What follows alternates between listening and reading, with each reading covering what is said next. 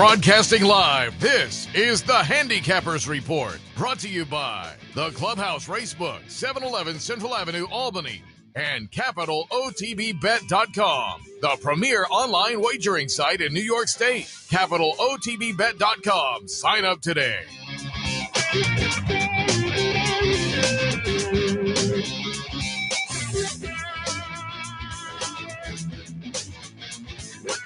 Good morning, ladies and gentlemen. Welcome to the Handicappers Report alongside Seth Merrow. I am Anthony Mormino on the week after Breeders' Cup 40.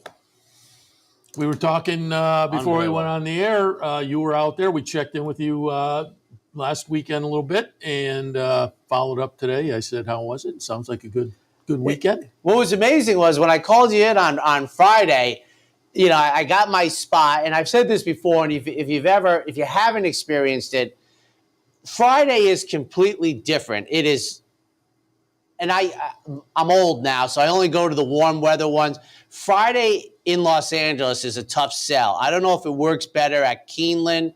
It doesn't really work much better. It's just traffic is a big thing in Southern California. And people had a decent crowd. I mean, 43 they listed. Is that what it was? I have, there was plenty of good seats on Saturday available, which is why, by the way, the infield wasn't open, which was a bad decision. They didn't want to dilute the crowd. That was a bad decision. It was a bad decision to run 5 furlongs on the turf for the turf sprint.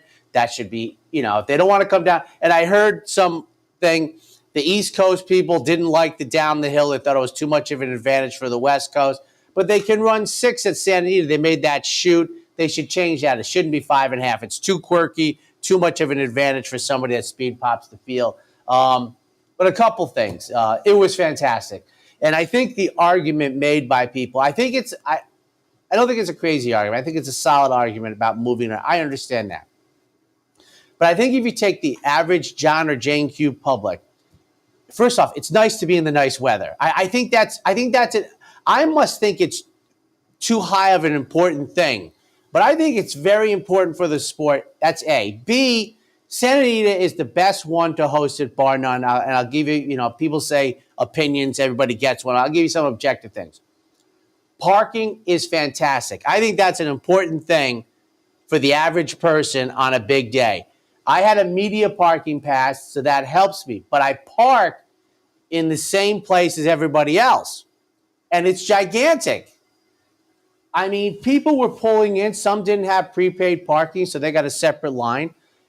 But there was plenty of parking on site. Now, when I go to Del Mar next year, I haven't had press parking at Del Mar, but the average consumer has to park like 15 miles away because Del Mar is small, the racetrack and the parking lot, and you take a shuttle, which is cumbersome.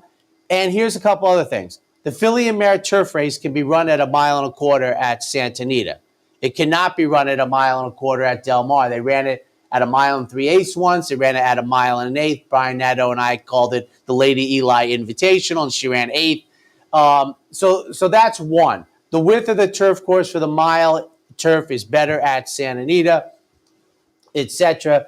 And they really only run the 1.5 miles at Del Mar for the Breeders' Cup because their big turf marathon is a Del Mar handicap, and that's 1 3/8. So the logistics of Santa Anita are better for the one particular race. It's also great for the Classic because you get 1/4 mile to get position before you get into the first turn, and it's a big plant, which is an anachronism for today's day and age, but it works on that day. The parking is fantastic. About the only thing I complain about Santa Anita is they don't have hot dogs on a rotisserie. They have them in dirty water, which I despise. I think there is a big difference. I think they should have a section where the dirty water. But I met some people. I was telling these guys. I met Ed DeRosa. I've met Craig Milkowski. I still wish they ran on Wednesday when we're all in town, but they didn't. But to me, for the average fan, it's Belmont in the old days was great because there was plenty of parking there. And that might sound dopey, but I think that is an important thing for the person going. And I have to say this, it's a disaster at Del Mar for the average consumer. And it's tight quarters the whole way. And my point is, these are the people we should be having the event for. I know it's like the last group, but nice weather, easy access, plenty of room. And I have to tell you something. They might deny this, but I took pictures in case they want to deny it. I believe on Saturday morning you could have walked up and bought seats to sit your carcass down. Oh, I think they actually announced that. Did they? I mean, there was, and I have to tell you something. And I said this before about what they turned into the stretch at Saratoga. They did the right thing at Saratoga, trust me. But, it was a good place to sit to see the action on the turn up close and personal. The seats that were empty at Santa Anita are fantastic because of the down the hill and the same thing, the action for taking notes and seeing what's going on where it's tough for the camera is good for you. I mean, it's sensational. And to show you what, you can hear my enthusiasm, I went 0 for 13. First time ever. I took the bagel on Friday. My wife's like, well, it's got a portend to good things on Saturday. I go, doesn't work that way, honey. And so I took the bagel, and that was it. And everybody said all week, Mike Welsh was the first one, that White Barrio, who seems to be a different horse now out of the Safi Joseph barn. He couldn't figure it out because now he's a monster. And my old line, was he really a grade 1 winner? Well, that's out the door. But Richard Dutch, I mean, the move he made to win that race was just like, I just put my head in my hand and I was like, it was a no-brainer. I took a pop with Zandon, who on the turn was like, ooh, that was not the right. I mean, I had Barrio right underneath. Yeah. But he was a beast. They said it all week, and he crushed them. You talk about Santa Anita versus Del Mar. All of that being said, they announced a couple days ago, Del Mar gets it 2 years down the road as well. So there'll be 2 straight years coming up.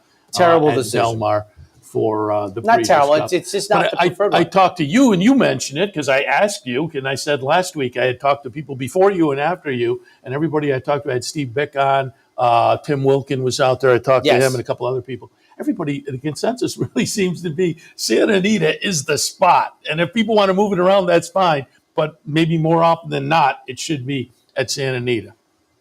I mean, the facility is great, but as you mentioned, the weather's great too. It's actually nicer at Santa Anita because of the nature of being inland, warmer. And it's beautiful. It's an outdoor sport. I get it, but you don't want to go to a Super Bowl and sit in the rain, and you don't want to go to the Breeders' Cup and not just sit in the rain, but bet on races where you're guessing a little bit because of track conditions. I mean, and I have conversations mostly with Northeast people that know what we do here, and I'm like, listen, if it was just a world about us, yeah, I'd believe in a 10-year rotation. I throw in Laurel, I throw in either Remington or Lone Star. I am, but that's not the idea.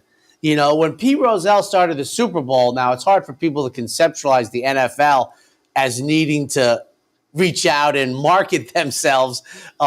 He knew New Orleans, Miami, Los Angeles. That was where the Super Bowl would be. People would go in the Northeast where the population was certainly centralized and go. And I said, and it's funny because we're usually standing there in golf shirts going, boy, how great is this? And they're making the argument we should move it around. So I don't, and I would never on the air, usually I don't have this, but talk to the people on the committee and go, what are you thinking? Like this back-to-back Del Mar is a bad idea. You have Santa Anita. So, and I know there are back stories to why and where they want to host it and everything, but Santa Anita is the perfect site. There's no way you could tell. There's no warts except you would say, which is bad parenting because that was it. You could never make the argument A to Z that any other place should hold it. I was a little surprised, and I think it was when I had Steve Bick on last Sunday. I think he said it. He was talking to Jim Lawson from Woodbine, and they'd like it again.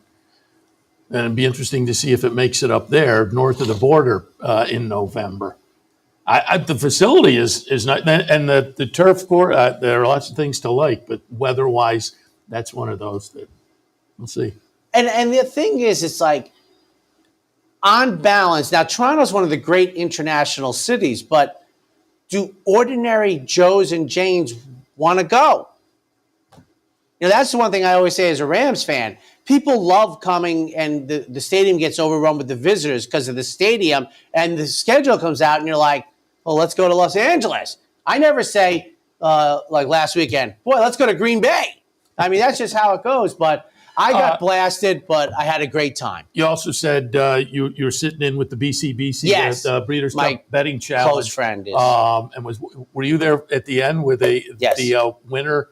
Was there fireworks going up? He hits the Elite Power Gun 8 Exacta. I think he had 32,000, but he collects 129,000. For folks who don't know, the format is 10,000 buys you in, 2,500 goes into the pool. You play with 7,500. He turned his 7,500 into $230,000, and top prize I think was $350. So he walks away with $500,000. $350? That sounds low. It's definitely. Because the NHC is like 800. But he walks away with $500,000, and it was all, the big chunk of his money came on that final Exacta, which wasn't a huge exact, it was gun. No, but it was Elite Power, but you put 32,000. It's a different world. Like I talked to some people, and I've gotten to know some other players, but like last year, the player's plan was to get up to 100,000, as if that's easy, but he did, and he bet it all on Flightline. I mean, that was his plan. Imagine going home. If I ever came home, hey, Denise, how'd you do? I was up 100 G's, and I bet it on Flightline, and he stumbled, and I have nothing. He said she wouldn't. First off, I wouldn't walk in the door. I'd be like, I have had Howard Kravitz on with me, who has the HHH. Oh, I have to interrupt before I forget. First person I see Thursday morning, there's 6 of us at the track, Marshall Graham. And he doesn't know that I know him because of your work. And I just waited, I let him relax, and he was relaxed. So I was just like, smartest man in the game. And he said something that was, self-deprecating. I said, well, I'll use the old Bum Phillips line about Earl Campbell. He might not be in a class by himself, but it doesn't take long to take roll. And then I told him, I reintroduced myself, and we had a great 15, 20 minutes. Marshall's always great. Tremendous. And he did well in the contest. Yes. I mean, he ended up 11th, I think, and got a nice chunk of money. Howard Kravitz. Yes, I'm sorry. The week before the contest, he had on 3 or 4 previous contest winners, including Drew Coatney, who made that big. And Drew said, I had to have a little conversation with the wife before I placed the bet. Oh, he had it before. Okay, I mean. He said, I let her know what I was going to do. That was my game plan. I mean, these guys are all. Marshall was one of the guys that, and they're all like, you have to look at it as like playing money. And I couldn't. There's no possibility I could $100,000 and just like. My friend is in our boat where he's up 32,000. He's walking out with the 32,000. He might bet like 2,000 or 5,000, but that's real money to him. And I mean, I can't tell you how many people have zero come Saturday morning, but they play it at a different level, like it's almost a commodities market. Like I say, it's about 2 weeks ago. If you go on YouTube, HHH Racing Podcast, these 3 or 4 guys, Matt Miller was one of them. He's been a good player in the contest. Marshall Graham, Drew Coatney, and there was one other, I think. But it's fascinating to hear these guys who do play it at a different level. Although they also recognize, I mean, there was a conversation where they said, for some people, $50,000 is going to match their yearly salary. So you get to the end of, you got $50,000.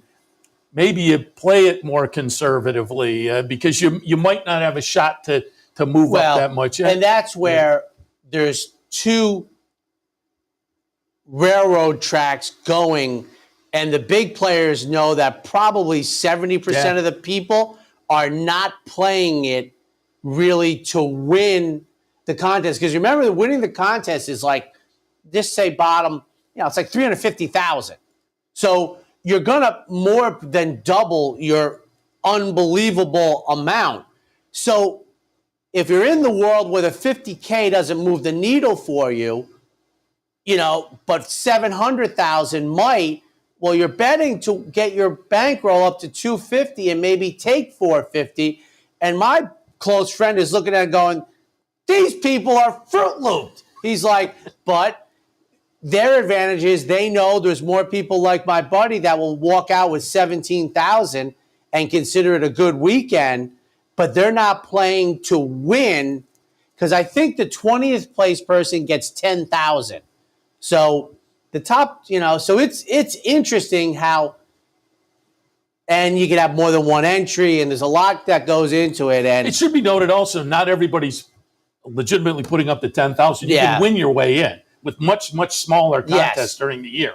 And matter of fact, you essentially get staked to it if you win those smaller contests. And so, you get in, particularly in that, where maybe during the year you spent a few hundred to win one of these smaller. You play a bunch of those and win one of them, and now you have turned your thing into 50,000. Now that's a great afternoon. I just could not. No, that's why it's a different. And I'll tell you a funny thing.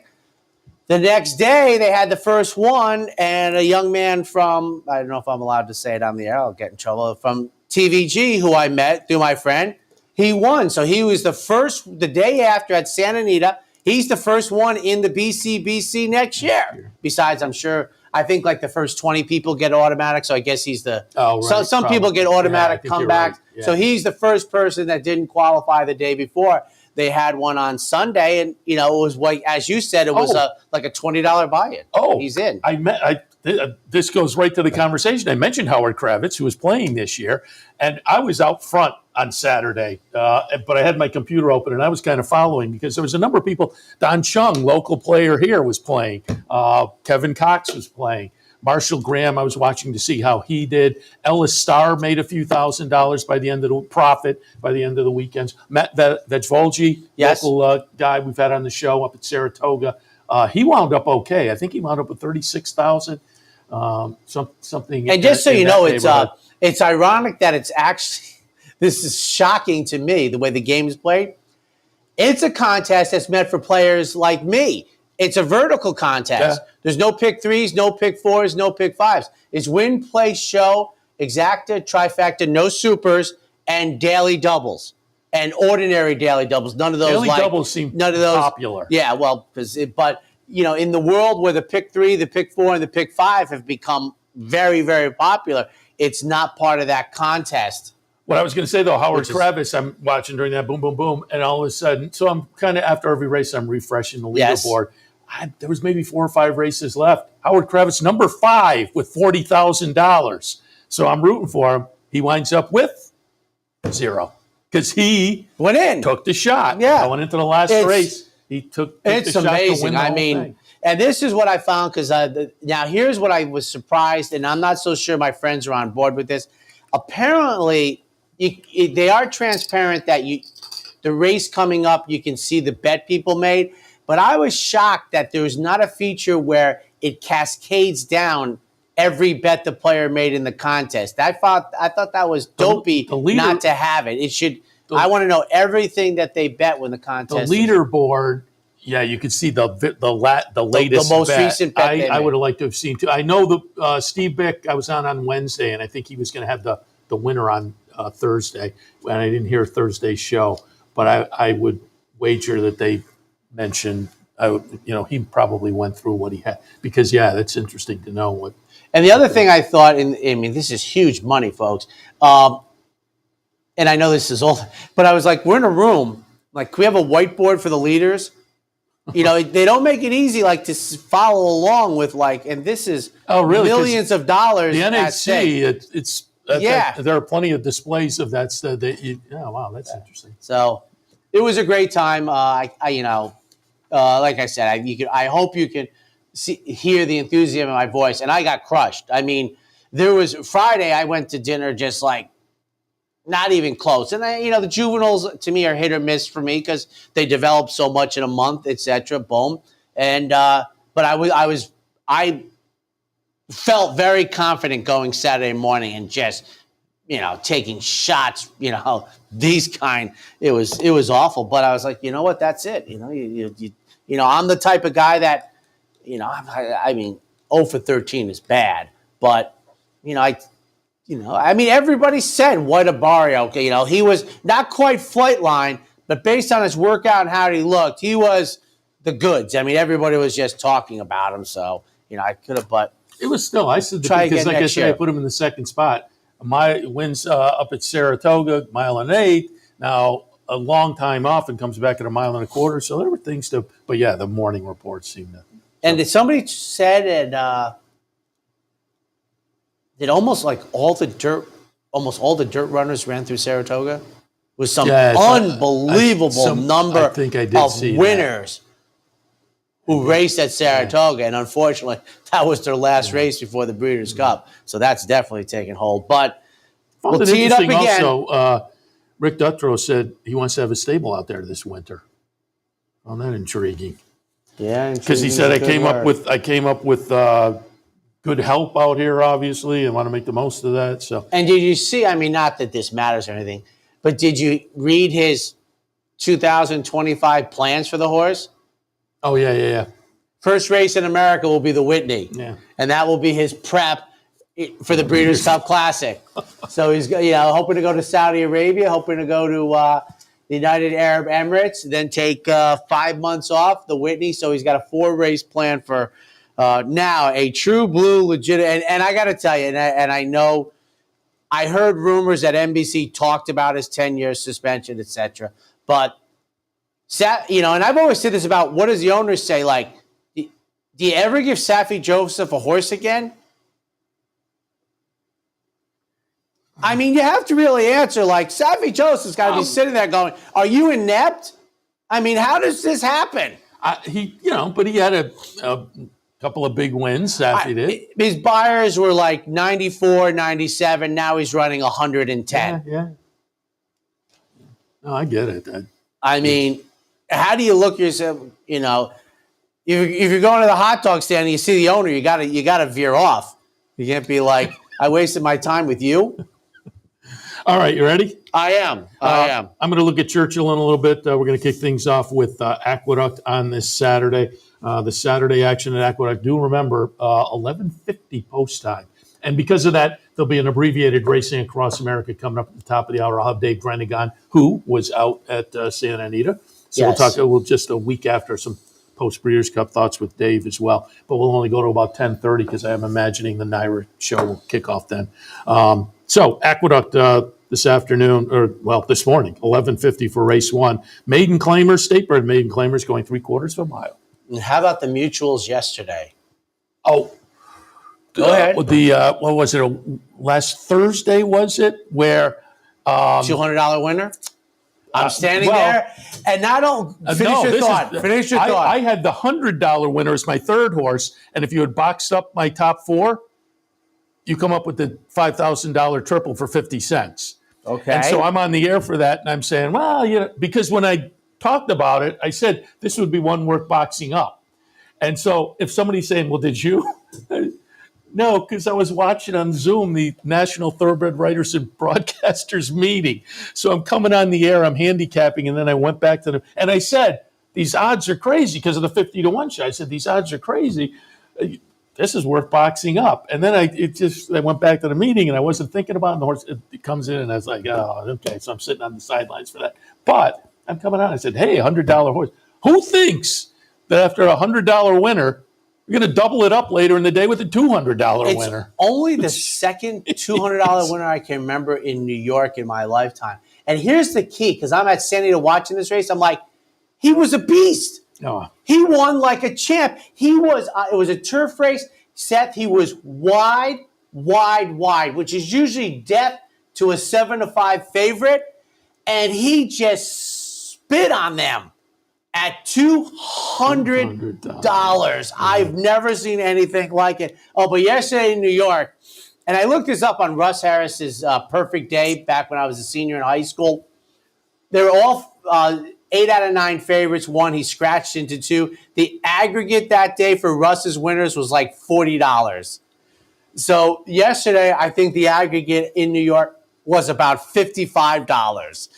Pretty low yesterday. Yeah. So we'll see. But yeah, that $202 winner, I'm like, he just looked like he should have been $560. Yeah. Opener maiden claimers going 6.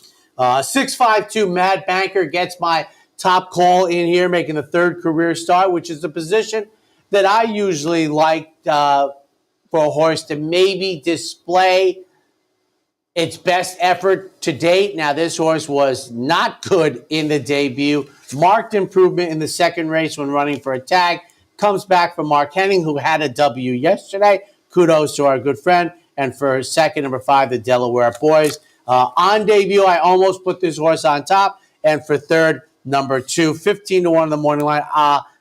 Braca, it's a first-time starter. And I have to tell you, I'm not familiar with the connections at all, but this central banker almost made the top pick. 6-5-2 in the opener. And one other thing I want to just say that is so funny today, Seth, that people of our age will remember. In the old days, racing shut down when the Breeders' Cup went. No more. Yeah. I got action going everywhere. I got these big things, etc. I got apparently this nice 2-year-old debuted at Churchill Downs, Night Bridge, all different. Yeah. Second race at Aqueduct, B-condition claimer, the 1-turn mile. You know who was first track to do it? No. I think it was 1993, Finger Lakes. And they took some shots, too. They're like, what are you doing running during the Breeders' Cup? 7-8, and here I did take a 15-1 morning line shot and put it on top. That is Strong Light coming off of the victory in the 2L. This is ostensibly a 3L or 3-year-olds. That's what I have noticed mostly for the capital B, Seth, in New York. We had a run there about a decade ago where it was around a lot more, but it seems the capital Bs are few and far between. But it's basically a 3L for olders or 3-year-olds. Rock the Weekend, a big price, and Devil's K next. But Strong Light, to me, I think is in the right next spot. Ran well the last 2 races at a mile, gets it again. For second, Ironworks is 1-2 here. They're adding blinkers, third start since early June. The buyer figures tower. This is a Mount Everest race, folks. Towers over everybody. In for the 25 after running in the 2X, not to be claimed. Todd Pletcher, I mean, you take your chances. And for third, Devil's K, Mike Maselli on the outside. I must say that I almost put this horse on top, but 7-8, the race goes through Ironworks. Could win by 5 without drawing a deep breath, but not the way that I bet drop horses. For the tag to 25 is really... You know, I think it's a My Racehorse horse. They paid $500,000 for, and it's a horse that's making some money. So they're going for very sketchy, and I think, it's hard because they don't give you the data, but I'm not so sure that these free squares and horizontals, I don't know that they are worth it because you don't get the data on what the probables are if they don't win. Third race, maiden specials, going a mile. 4-6-2 for me. And, just a quick note on number 5, authorized, so I don't have in the mix. And this helped me. It's helped me out immensely the last probably 18 months to 2 years. I don't care about these layoffs anymore. The game has changed so rapidly. The double lines doesn't matter to me. Could be the horse to beat in here. And not in my mix. On top, first-time starter for Klarovich and Chad Brown. Not the best of weekends for those Silks. Really kind of, randomized, she ran great. Yeah, I think that was absolutely the one that, one quick thing. Idiomatic going to be the horse of the year? Well, I'll talk to Dave Brennick about that because I hadn't thought about it until he tweeted it out. That was the day. I hadn't thought about it, the whole thing in general. But coming out of the races immediately, you're thinking either White Abario or more likely Cody's Wish. But I think she's a slam dunk. But yeah, but then when he wrote that, I thought, you know what? I can see the case. Yeah. Yeah. So escalation clause. The Klarovich stable, Chad Brown first, or the offspring of Awesome Salute gets my top pay. Cost $400,000 at auction. 4-1 with Dylan Davis. What Dylan have? 4 yesterday? 3?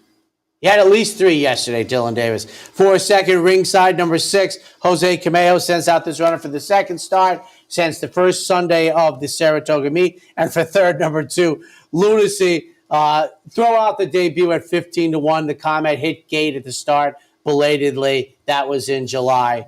Going to be tough here. 4-6-2. Although I think she's I'm slam dunk. I'm not going with when the votes come out. It can't be White Abario. You can't.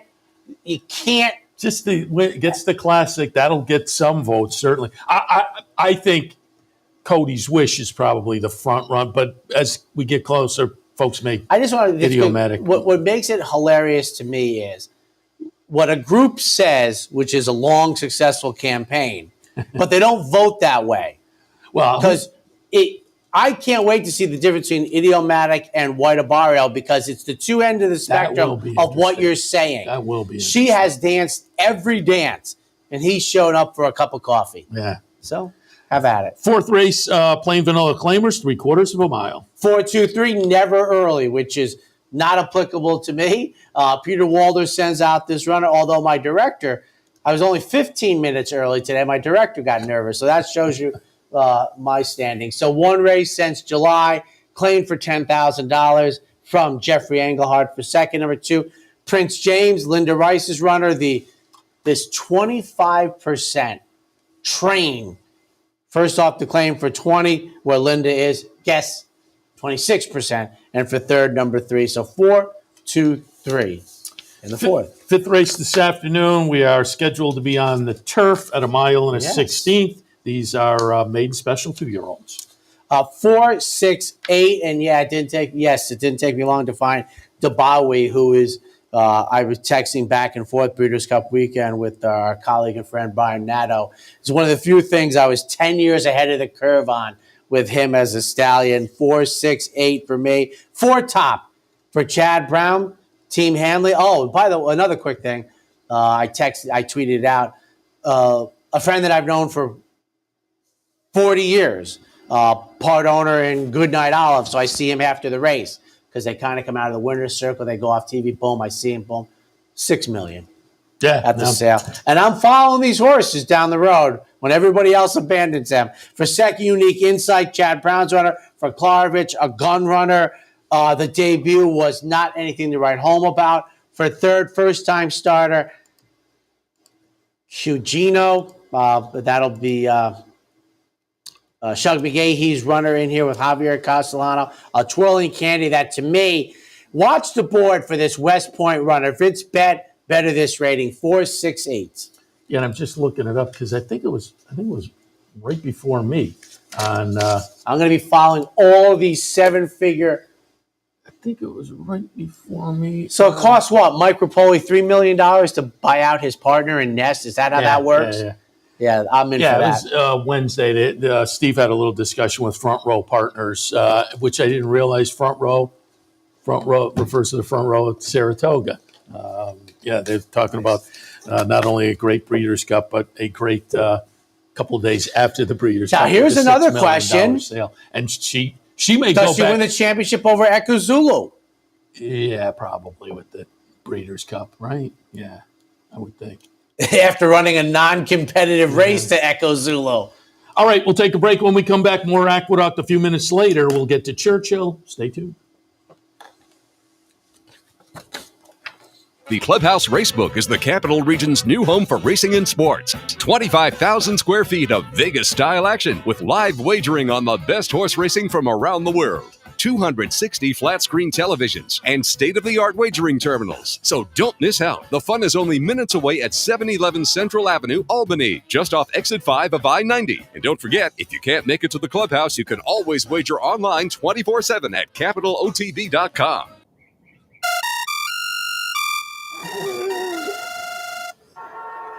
Come on. I want sales reports on my desk by Monday. Whoops. My bad. Love racing? RTN brings you every live simulcast on your home television, plus live video streaming and race replays on your PC and mobile devices. To order, visit rtn.tv. RTN, a breed apart. Capital OTB is now streaming live on Roku. The RTN Racing channel on Roku lets you watch OTB TV live through your Roku device or your Amazon Fire Stick, rather than being limited to computers and mobile devices, which means you can now watch OTB live wherever you are.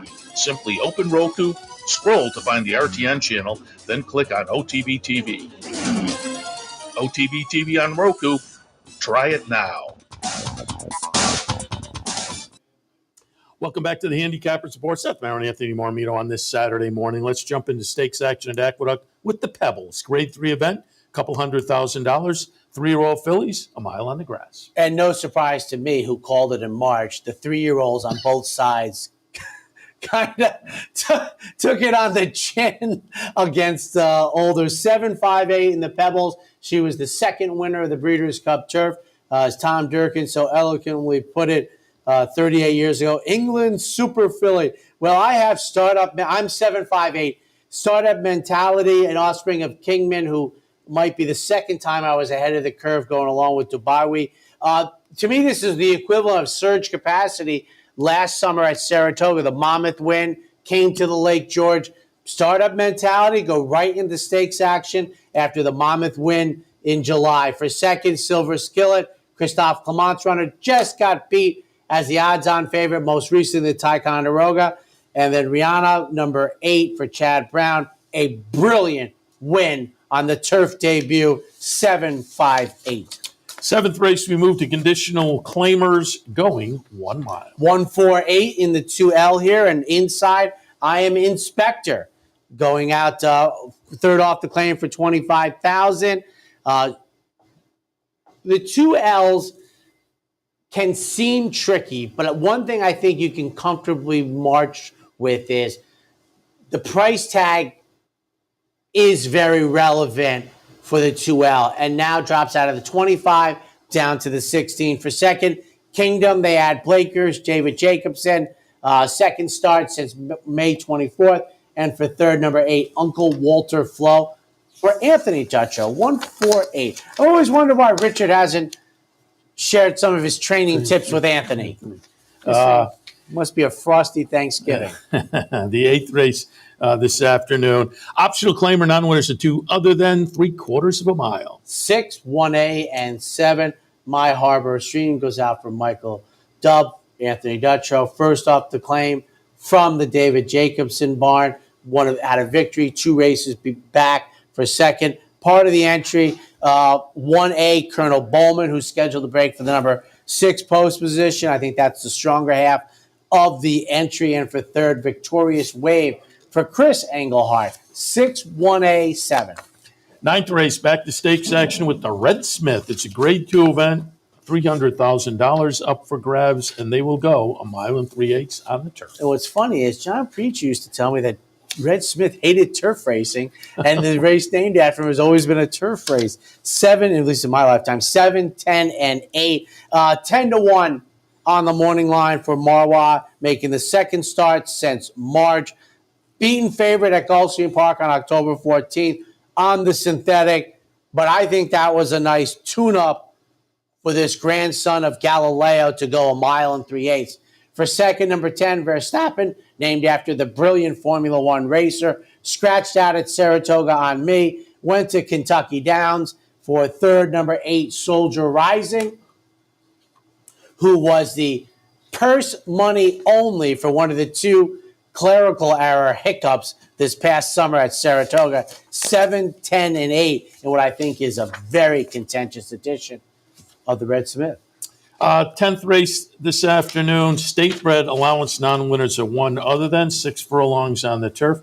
Going to be rooting for our friend Eddie F. He has Dream Point in here. What did you see? I have 3, 6, 7. Thank you, John. Chad Summers runner makes the turf debut in here. Tried to get on the turf sprinting the most recent effort and ran a well-beaten, hit the board. And it's really become, Seth, for me, are they staying in those races because they want to really get back to here? So I'm very forgiving of that race because they just don't want to scratch out. Number 6, Rusi, making the first start since Saratoga for Jimmy Bond, takes on winners for the first time. And for third, number 7, Icy Flavor for John Kimmel, 3, 6, and 7.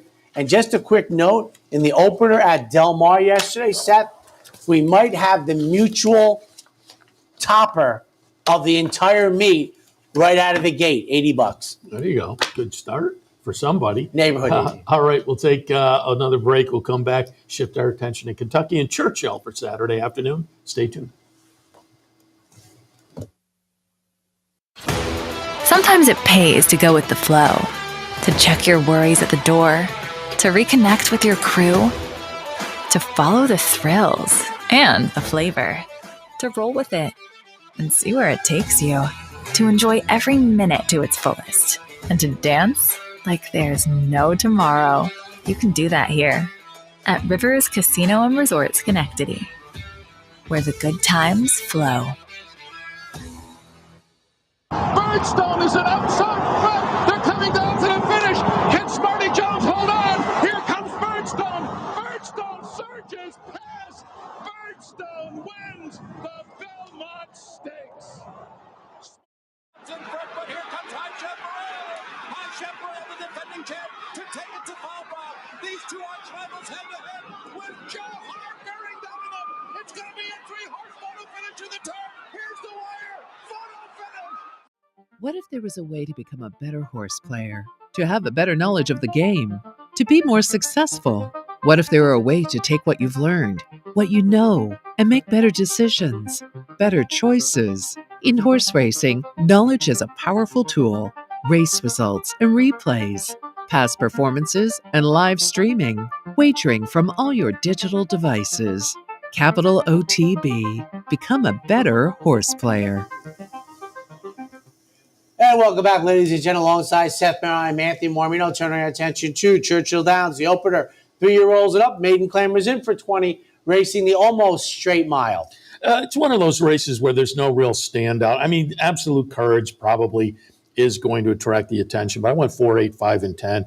I put Dario on top. I think this horse on a best effort and a normal effort for Absolute Courage, I think makes them fairly equal. Dario's a little more lightly raced, gets a little extra dose of class relief.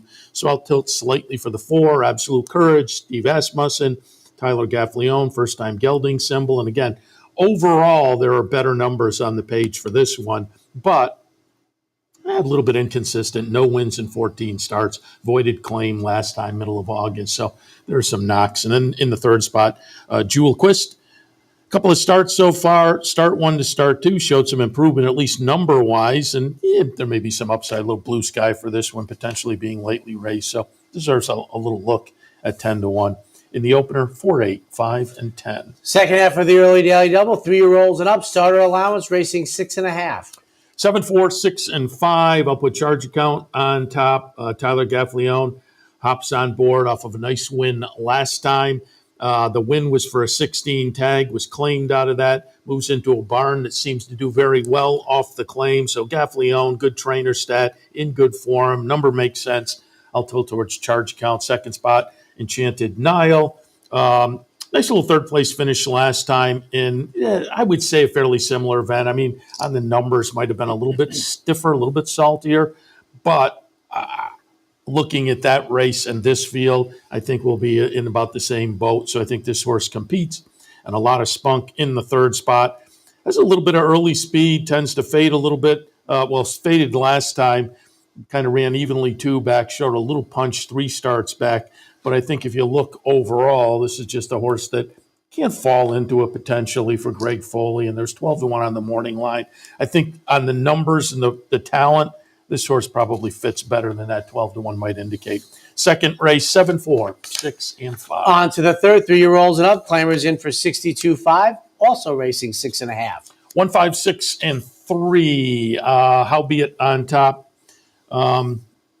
Comes in from Southern California, moves into a new barn. Trainer's pretty good when he gets a new horse. So class-wise, what this horse is facing out in Southern California, maybe a little bit saltier than this group. So I like this one. Luis Saez on board. There are things to like, certainly. Second spot, Derby Date, comes in from Horseshoe Indy off a nice win in an optional claimer. Again, class is going to be the question mark here. Class on the page, class on the venue. So this horse might be a little bit up against it, but I think is in good enough form and tosses in good enough races that even if the horse is a little bit up against it, is not up against it enough to toss out of the mix. And then Cold as Hell in the third spot. Obviously, you draw a line through the last race where the horse lost the rider. The races just before that are clearly good enough. Those were back at the Oaklawn meet, though. So, and again, I don't know if the horse got any fitness out of the last where the jock was lost. So it still may be a question mark of a layoff situation. But with those back numbers, has to be considered a little bit, I think, in here, particularly if this horse is at the 5-1 or floats up a little bit. Third race, 1, 5, 6, and 3. On to the fourth one of the stakes races of the day. Long time ago, a 3-year-old set that did the double of the Test and the Ballerina. Aren't too many of those.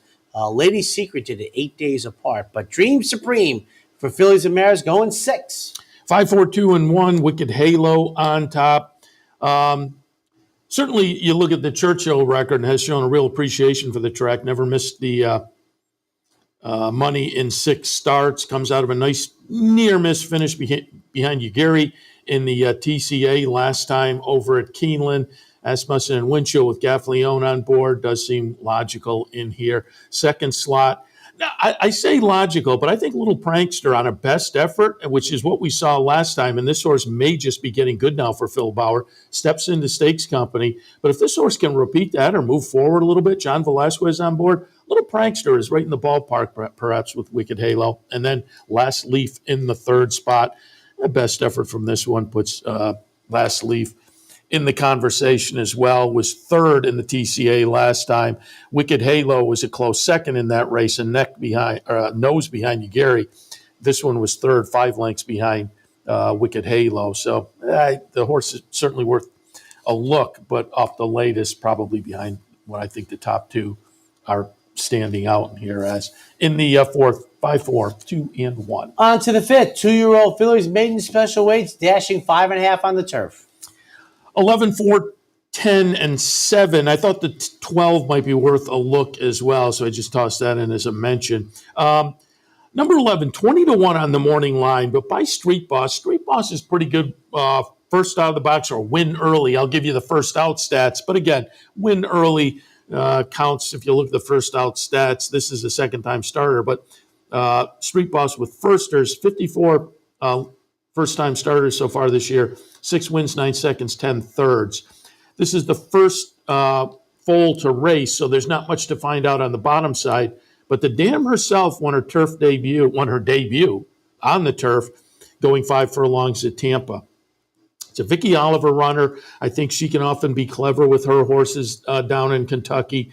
So again, this one had trouble and kind of clunked in the first start of the career. That trouble may darken things up because I think there's some interesting breeding to maybe roll the dice and take a shot at a price. Number 11, Walk Street on top.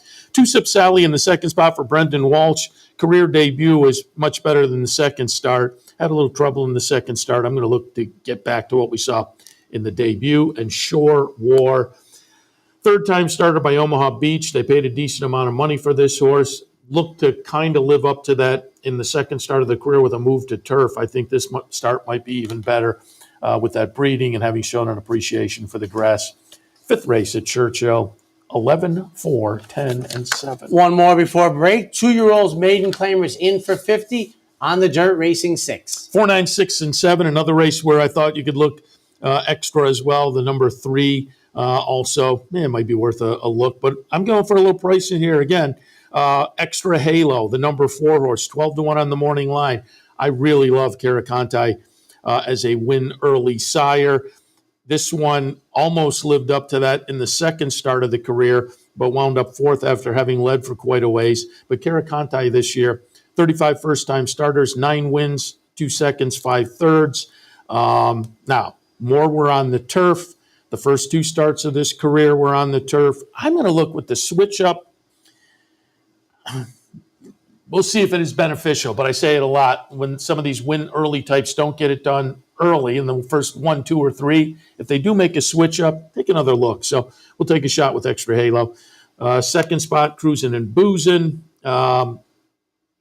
Sold at Ocala back in March after having worked 10.2.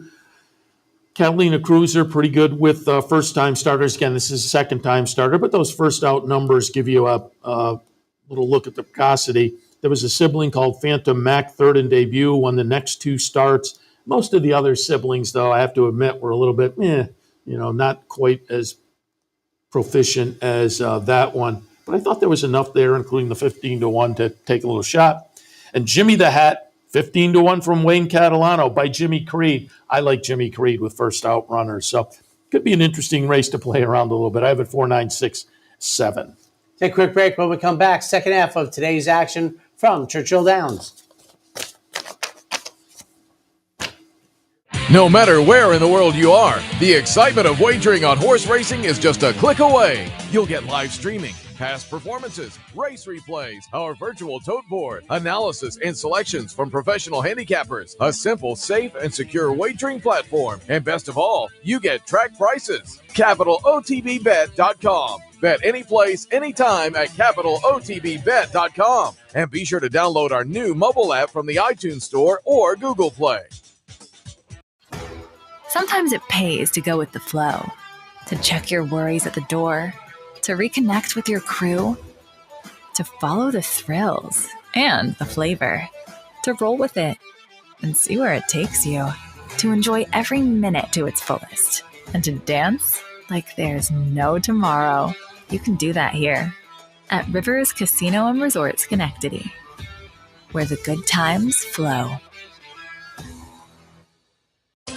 Capital OTB is now streaming live on Roku. The RTN Racing channel on Roku lets you watch OTB TV live through your Roku device or your Amazon Fire Stick, rather than being limited to computers and mobile devices, which means you can now watch OTB live wherever you are. Simply open Roku, scroll to find the RTN channel, then click on OTB TV. OTB TV on Roku. Try it now.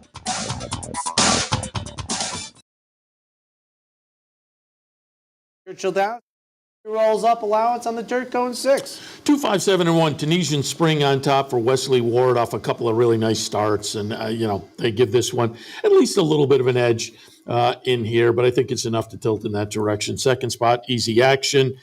Tried Stakes Company a couple starts back over at Laurel, ran a good second, then came back to Churchill in a similar company and ran, again, a very good second. Zambezi in the third spot. Steve Asmussen, his son's scheduled to be on board. I'm going to draw a line through the turf experiment last time, getting back to the dirt. This horse, I think, becomes dangerous enough. So if that morning line holds up at 6-1, really worth a look. In the 7th at Churchill, 2, 5, 7, and 1. On to the 8th, 2-year-old fillies going a distance of ground on the dirt, maiden special weights, 1:16. 11, 10, 6, and 8. I'm going to put Calarina on top. John Velasquez on board. What I'm guessing is show me the money. I'm guessing that's why he's based down in Kentucky right now with the purses. Why not? But this one comes off a move to the dirt last time, a move to Churchill from Woodbine. I thought it was an okay race and maybe one to build on. Got a little experience over the track and maybe moves forward. Plumeria in the second spot. Similar situation, moved to the dirt last time. Now, the top pick ran better on the dirt last time than did Plumeria, but I thought this horse could be interesting for Steve Asmussen, again, with that experience under the belt. And Sistina Chapel, another one going turf to dirt. This one for Kenny McPeak. This may be the one to beat, though, if that turf form can hold up, but it's a question mark that has to be answered. So at 9-5 on the morning line, I thought others were maybe a little more intriguing. 11, 10, 6, and 8.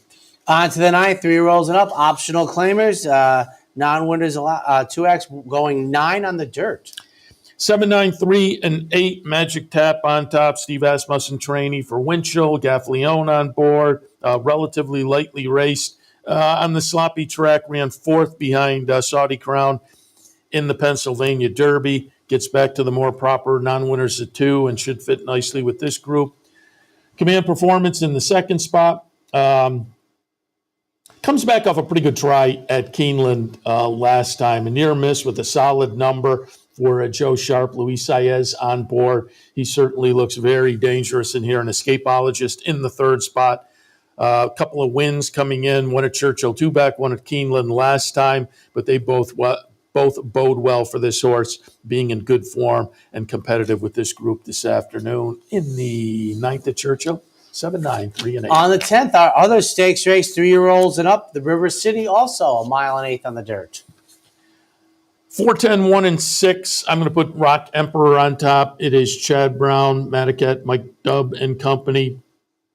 coming out of a close-up second in the Singspiel up at Woodbine in the latest effort. But you look down the page, there are races that if this horse gets back to, clearly has the edge on here. Now, will we get back to those? The horse is, a little inconsistent, it looks like, with some triple digits in there and some races that aren't quite reaching that triple digit level, but we were on the verge of it last time. And with those races underneath, Gaffleone on board, I'm going to tilt towards Rock Emperor and Junction in the second spot.